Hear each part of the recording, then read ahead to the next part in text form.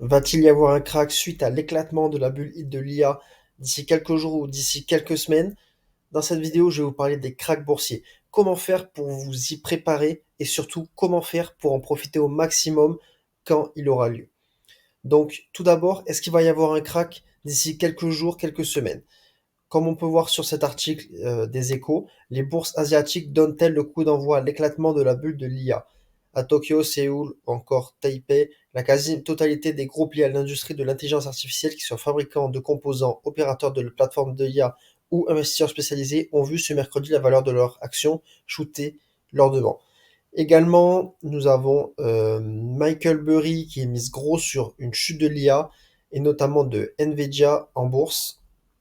Donc, Michael Burry, c'est l'investisseur qui avait empoché 2 milliards de dollars en anticipant la crise de 2008.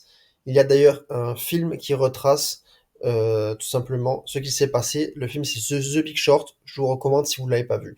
Donc, est-ce qu'il va y avoir une crise dans ces prochains jours, dans ces prochaines semaines? En fait, c'est très difficile à dire et à prévoir. Mais par contre, dans cette vidéo, je vais vous expliquer comment faire pour vous préparer à une crise et comment faire surtout pour en profiter au maximum lorsqu'elle aura lieu. Parce qu'en fait, il y aura toujours des cracks boursiers. Il y en a eu auparavant et il va continuer à en avoir. Donc, il faut être préparé tout simplement aux cracks boursiers. Donc, comme vous pouvez voir ici sur le graphique du S&P 500, il y a eu un krach boursier dans les années 2000, il y a eu un gros krach boursier des années 2008, avec la crise des subprimes, il y a eu des cracks tout simplement lors de la crise Covid également. Donc des cracks, il va y en avoir plusieurs durant tout simplement votre vie d'investisseur. Donc il faut y être préparé. Donc tout d'abord, comment faire pour se préparer à un krach boursier? Il faut toujours avoir un matelas de sécurité sur son livret A pour tout simplement anticiper vos futures dépenses imprévues. Comme par exemple, voilà, vous avez un accident de voiture, il faut racheter une nouvelle voiture. Il ne faut pas que vous ayez à toucher à vos investissements pour voilà, acheter une nouvelle voiture, pour des dépenses imprévues. Il faut que vous ayez un matelas de sécurité. Moi, je préconise environ un an de salaire, de dépenses de côté. Voilà, comme ça, vous êtes tranquille au cas où il y a n'importe quel imprévu. Voilà, vous avez une grosse opération à faire chez le dentiste. Voilà, il faut que vous soyez directement préparé avec un matelas de sécurité. Donc ça, c'est la première chose. C'est très très important. Également, ce qu'il faut savoir, c'est que lorsqu'il va y avoir un crack, la meilleure chose à faire, c'est de tout simplement rester investi et ne pas paniquer. D'accord? Parce que le crack va avoir lieu et quelques années plus tard, tout simplement, euh, l'indice va remonter et tout ce que vous aurez perdu, vous allez le récupérer. Donc la meilleure chose à faire, c'est tout simplement ne pas vendre, garder votre investissement et tout simplement racheter au plus bas. Comme ça, vous allez vraiment avoir un effet, euh, une grosse augmentation du coup dans les années à venir lorsque l'indice va remonter. Donc ça, c'est la première chose à faire.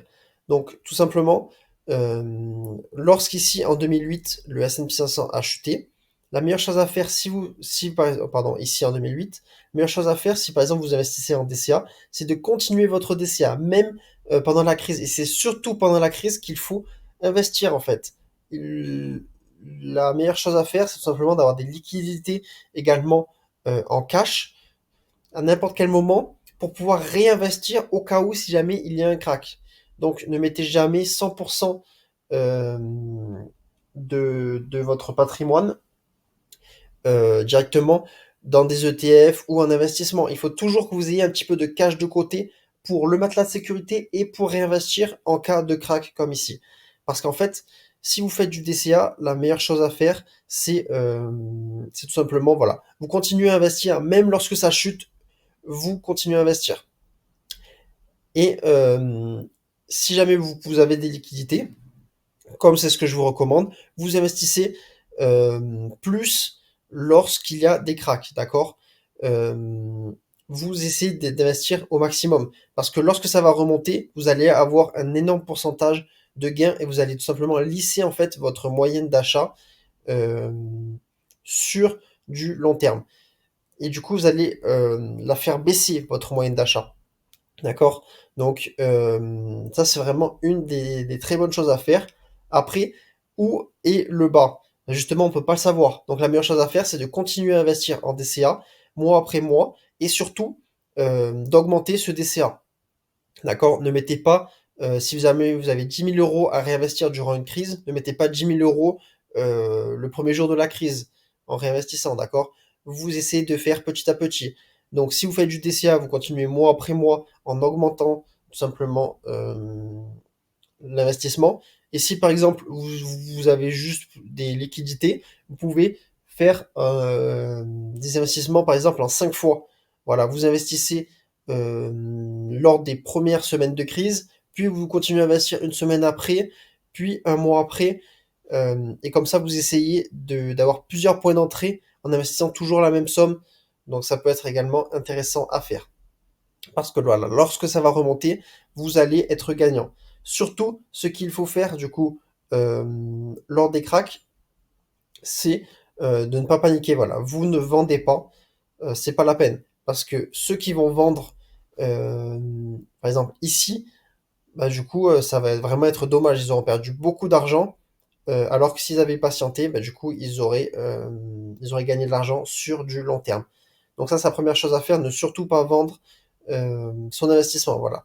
Vous, s'il le faut, vous arrêtez de regarder votre plateforme d'investissement. Comme ça, voilà, vous voyez pas exactement combien ce que vous êtes en train de perdre, parce que sur du long terme, vous allez être gagnant. Donc ça, c'est la première chose à faire. Voilà. Surtout, ne vendez pas.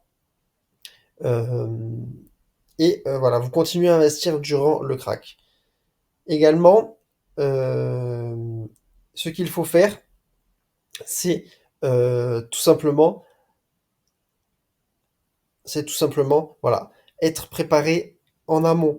Euh, Parce que si vous n'êtes pas préparé, vous n'allez pas savoir quoi faire lorsqu'il va y avoir un crack, et du coup, vous allez un petit peu paniquer et vous risquez de prendre des mauvaises décisions.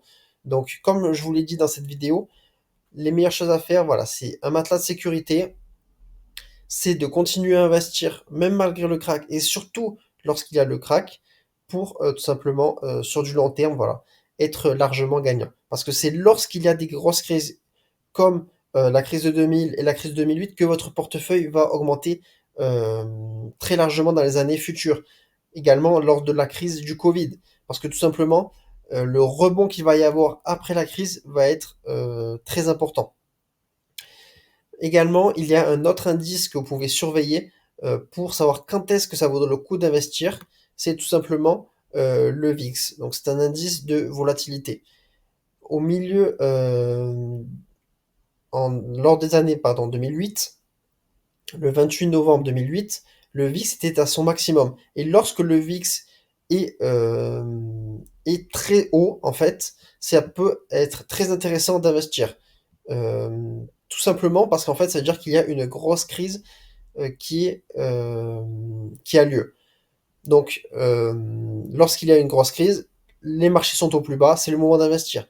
Également, comme vous pouvez voir ici, le 31 mars 2020, donc nous allons regarder directement sur le graphique du S&P 500. Donc c'est parti. Le 30 mars 2020.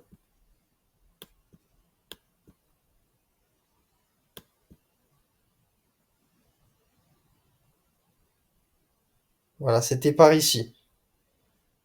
Donc le S&P 500 était, je vais dézoomer un petit peu, était en train de chuter fortement. Et donc, c'était intéressant tout simplement d'acheter à ce moment-là, parce qu'après, comme vous pouvez voir ici, le S&P 500 est remonté et tout simplement a fait un nouveau plus haut ces derniers jours. Donc, vous aurez vraiment eu tout simplement une très belle hausse de plus de 170%. Bon, c'est forcément sur plus de 5 ans, d'accord?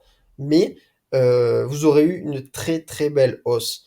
Donc, un indicateur à surveiller, surtout s'il y a une chose à retenir de cette vidéo, c'est de surveiller l'indicateur, le VIX, de garder un matelas de sécurité lorsque en fait, le matelas de sécurité, il faut toujours le garder au quotidien.